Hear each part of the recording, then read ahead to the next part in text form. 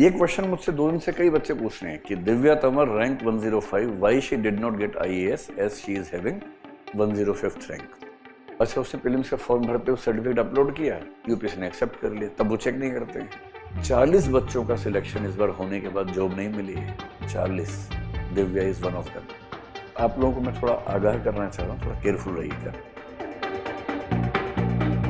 ये क्वेश्चन मुझसे 2 दिन से कई बच्चे पूछ रहे हैं कि Divya Tanwar rank 105, why she did not get IAS as she is having 105th rank. ये मैंने परसों एक क्लास में डिस्कस किया है, इसको आपसे बात हो नहीं पाई।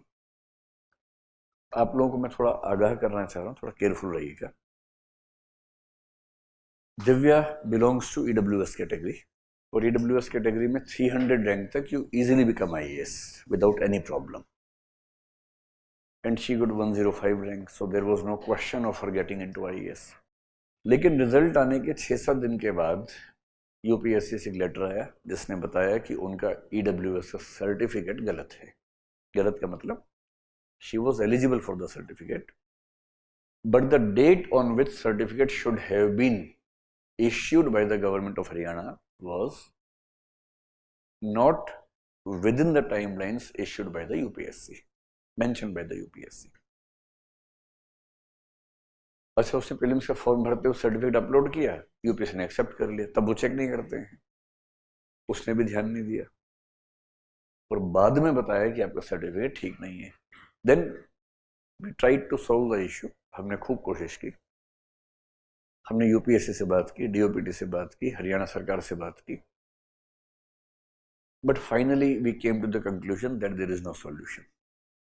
और यूपीएससी आजकल बहुत एडमेंट है। 40 बच्चों का सिलेक्शन इस बार होने के बाद जॉब नहीं मिली है, 40। Divya is one of them. तो समझ में आ गया कि क्यों दिव्या को आईएएस नहीं मिला। सर्टिफिकेट का इश्यू था। और एक बात और ध्यान रखनी है, मैंने जब किसी को बताया पहले वो बोला इतनी सी बात, हम बनवा देते सर्टिफिकेट, हम खुद ही बना के दे देते। तो ये सब नहीं करना है। There is system called NIC, national informatics centre. अब सिस्टम ये है, UPSC has declared that they will accept only computerise certificates, not the handmade certificates. और कंप्यूटराइज सर्टिफिकेट जब बनता है, the entry happens in the network कि किस दिन बना है, कब प्रिंट आउट निकला है। You can not get a computerise certificate after the date of application.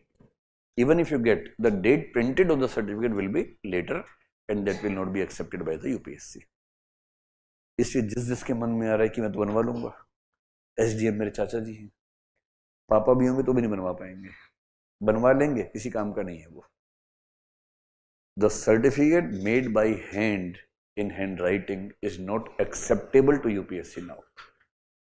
Only computerized certificate जिसमें सर्टिफिकेट बनने की डेट, टाइम सब मेंशन्ड है and that cannot be changed by any officer, only that certificate is accepted nowadays.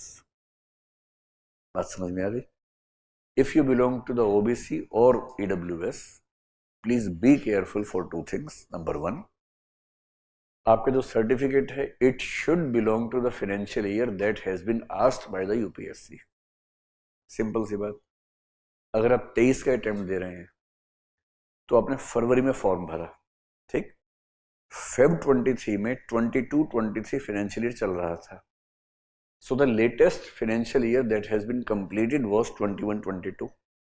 So for the exam of 23 you need to have the EWS और OBC certificate of the financial year 21-22 and that should have been issued before the final date of the prelims application form. So if the prelims application form has to be submitted, let us assume by the end of February, 28 February.